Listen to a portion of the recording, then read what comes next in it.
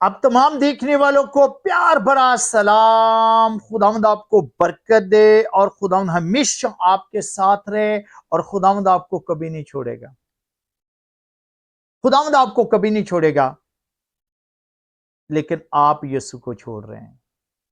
बहुत सारे लोगों को लालच दिया जा रहा है, बहुत सारे लोगों के लिए बहुत बहुत ऐसी ऐसी चीजें पेश करते हैं कि आप यीशु का इनकार करते हैं। मजहब के नाम पर लालच यीशु को भी दिया गया था, यीशु को पेशकश हुई। पहले उससे कहते अगर तू खुदा का बेटा तो फरमा ये पत्थर रोटियां बन जाए। रोटी का लालच दिया गया,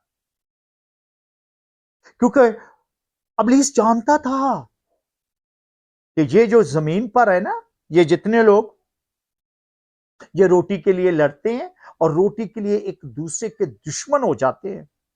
शादियों में भी देखा जाए तो लड़ाई किस बात पर होती है? रोटी पर। तो घर में भी लड़ाई किस बात पर होती है? रोटी के लिए।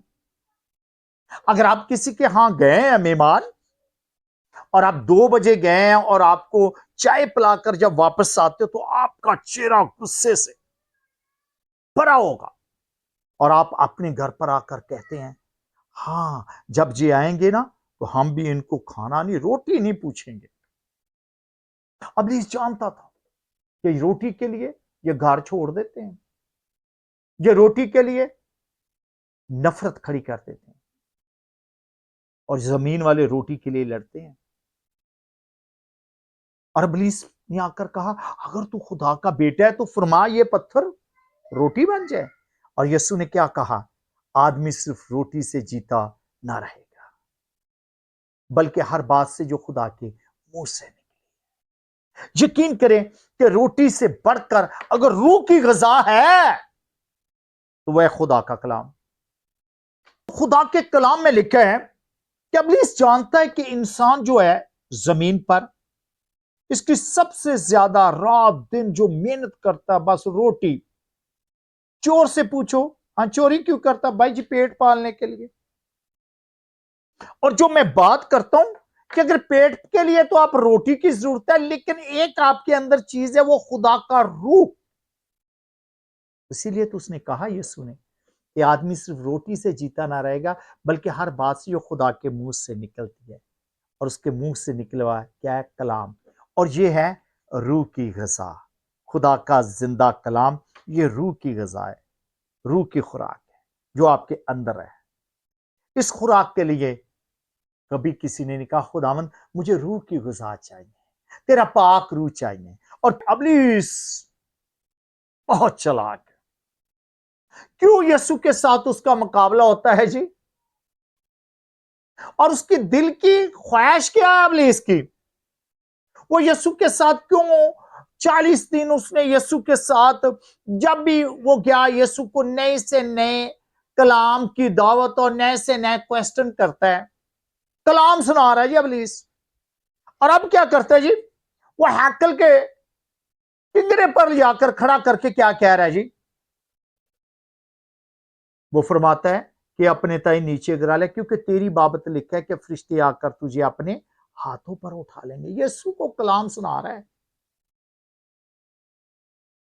और यीशु क्या कहता है? ऐ इब्लीस दूर हो, तू अपने खुदावंद खुदा की आजमाइश ना कर। अजीजों आजमाइशें आएंगी, मुसीबतें आएंगी, लेकिन ये टल भी जाएंगी जब आपके अंदर ईमान होगा। आपका ईमान नहीं डोलना चाहिए। आपका रास्ता एक ही रास्ता होना चाहिए, वो राह हक और जिंदगी मेरा यीशु है। निजात देने वाला मेरा यीशु है। मुझे बचाने वाला मेरा यीशु है। मुझे छुड़ाने वाला मेरा यीशु है। मुझे बढ़ाने वाला मेरा यीशु है। मुझे कामयाबी देने वाला मेरा यीशु है। मैं और नाम ना लूंगा ना जानूंगा। मैं जब तक रूए जमीन पर जीऊंगा मैं यीशु का इनकार नहीं करूंगा। और जब तीसरी बात, अब तो हद कर दीजिए इब्लीस ने, कहता इस जाल में भी नहीं फंसा, रोटी के जाल में भी नहीं फंसा। तो ये जो जाल मैं अभी जो तैयार कर रहा हूं, जो मैंने जाल अब ये तैयार किया है, इस जाल के अंदर बादशाह, इस जाल के अंदर मुल्क के लोग, इस जाल के अंदर बड़ी बड़ी कौमें फंसी हुई हैं। वो कौन सा जाल था? लालच का। तो लालच गुनाह की जड़, और गुनाह की मजदूरी मौत है जी। जिस किसी ने लालच किया है, पूरी तो नहीं पाई। और लालच दिलाने वाला कौन है? इब्लीस। आज भी लोगों को लालच दे रहे हैं, यीशु को छोड़ दे जी। और इब्लीस का क्या, वो कौन सा जाल उसके लिए, यीशु के लिए तैयार कर रहा है जी? मुकाबला, क्वेश्चन तैयार हो रहे हैं जी। यीशु का हाथ कहता आ जाओ जी, पहाड़ पर ले गया, ऊंचे पहाड़ पर, और लिखा है कि दुनिया की शान शौकत, दुनिया की खूबसूरती, सोना चांदी, सब कुछ यीशु को दिखाई। और यीशु को कहता है ये सारी शान शौकत, ये सोना चांदी हीरे मोती ले ले, जमीन का सारा माल ले ले, लेकिन मेरे दिल की मुराद को पूरा कर दे। कौन सी आपके इब्लीस साहब दिल की मुराद है जी? इब्लीस क्या कहता? मेरे दिल की मुराद पूरी कर दे। यीशु देखता है, यीशु उसकी तरफ देखता है, यीशु बोलता नहीं है। अब इब्लीस की मुराद क्या है जी? मेरे दिल की तमन्ना पूरी कर दे, मेरे दिल की ख्वाहिश पूरी कर दे। कि आसमान पर मैं तुझे सजदा करता था, आसमान पर जनाब, जनाब आसमान पर मैं तेरे आगे झुकता था, मैं तुझे सजदा करता था, लेकिन मेरे दिल की मुराद ये है कि तूने मुझे आसमान पर से जमीन पर गिरा दिया, तो जमीन पर मेरा होल्ड है, जमीन पर मेरा कब्जा है, ये सारी शान शौकत मेरे हाथ में है, ये सोना चांदी मेरे हाथ में है। बहुत सारे बादशाह इससे देखकर अपने ईमान छोड़ गए हैं जनाब। बहुत सारे खानदान इस लालच में आकर यीशु को छोड़ गए, बहुत सारे लोग आज भी छोड़ रहे हैं लालच को। तो वो क्या कहता है कि मुझे कर, क्या चीज पेश कर? यीशु को कहता कि झुककर मुझे सजदा कर दे, और ये सारा कुछ तुझे दे दूंगा। एक ही ख्वाहिश है कि तू झुककर मुझे सजदा कर। तो यीशु ने क्या कहा? तू खुदावंद अपने खुदा की इबादत कर, सिर्फ उसी को सजदा कर। जब खुदा की बात आती है तो इब्लीस शर्मिंदा हो गया, यीशु के सामने ठहर ना सका। यीशु ने कहा इब्लीस दूर हो जा, क्योंकि मेरे लोग मेरी इबादत करेंगे, मेरे लोग कभी मेरा इनकार ना करेंगे। और आज शागिर्दों के ऊपर भी खुदा के कलाम में जरा सुने कि लालच देकर आज भी यीशु से हटा रहे हैं, वो लोगों को हटा रहे हैं लालच, लालच देकर।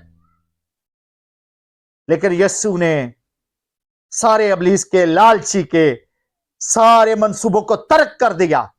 और आज खुदा के कलाम में जरा आइए, मरकस की अंजील और उसका बाप नंबर हम देख रहे हैं जी 14, खुदा के कलाम में उसका बाप नंबर 14 और उसकी आयत नंबर हम देख रहे हैं जी 28 से लेकर 31 आयते मुबारका, 28 से लेकर 31 आयते मुबारका, मरकस की अंजील।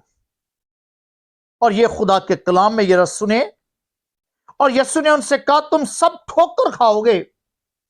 आज भी ठोकर खा रहे हैं, और यीशु तो जुदा होकर ठोकरा है, और जिन्हें यीशु ने ठुकराया उन्हें सुख ना पाया। जिसने यीशु का इनकार किया वो भी कहता है मैं भी अपने बाप के सामने, अपने खुदा के सामने उस तख्त पर बैठकर आपका इनकार करूंगा। जितने बेटे बेटियां, जितने लोग हैं, ये सुन लें, ऑफिस में जाते हैं, कॉलेजों में जाते हैं, आप मसीह है, इनकार ठोक के कहें कि हां मैं पाकिस्तानी मसीह हूं, उसका इनकार ना करें, हां की जगह हां करें, ना की जगह ना करें, और खुदा के कलाम में कोई ये सुने,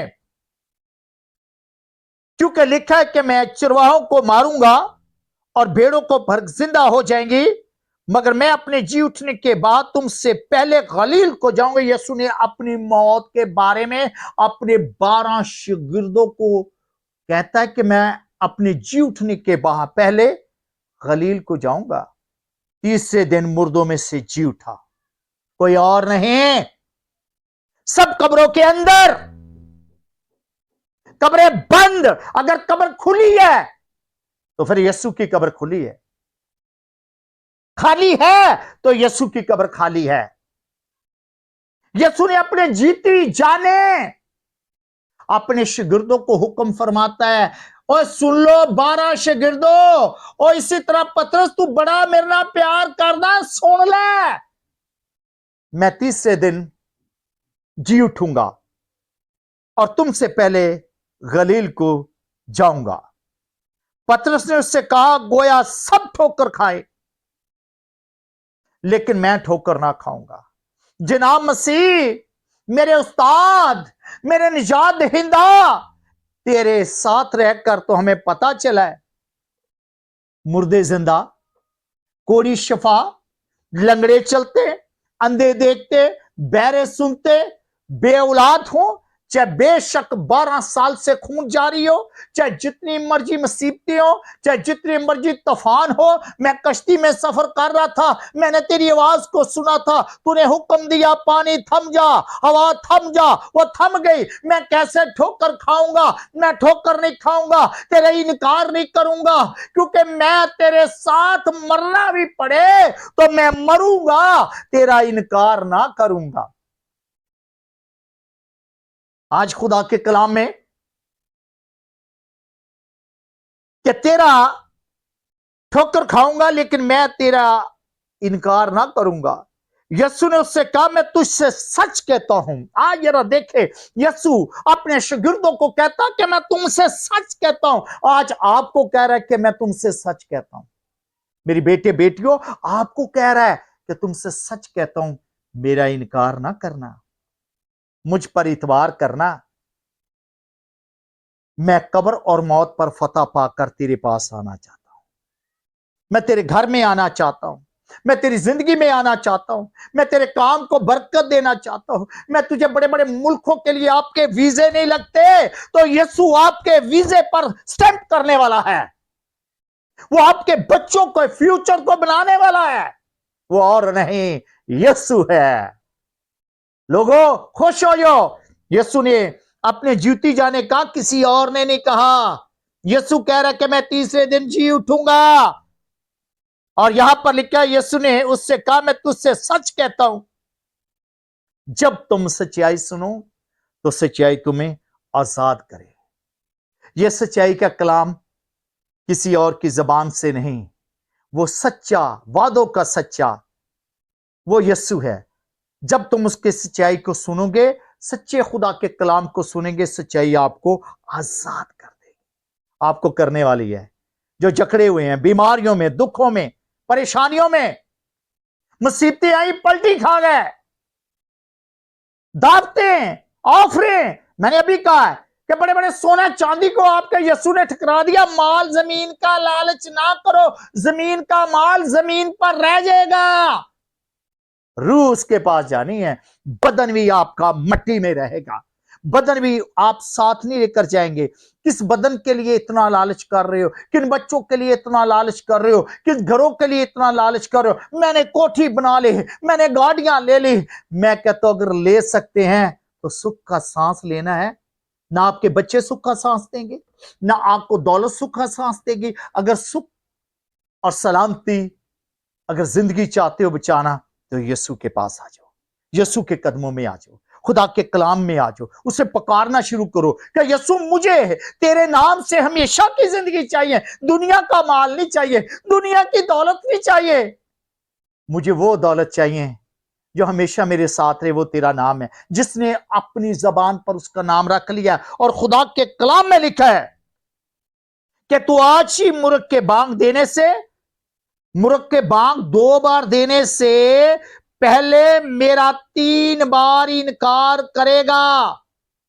ऐ पतरस, मुर्ग ने तो 2 बार बांग देनी है, लेकिन तू मेरा 3 बार इनकार करेगा। लेकिन उन्होंने बहुत जोर देकर कहा कि अगर मुझे तेरे साथ मरना भी पड़े तो मैं तेरा इनकार ना करूंगा, हरगिज़ ना करूंगा। इसी तरह सब शागिर्दों ने कहा, ऐ आका, ऐ यीशु, हमने जान लिया, पहचान लिया कि मैं तेरे साथ मरूंगा भी, तेरा इनकार ना करूंगा। सब शागिर्दों ने कहा।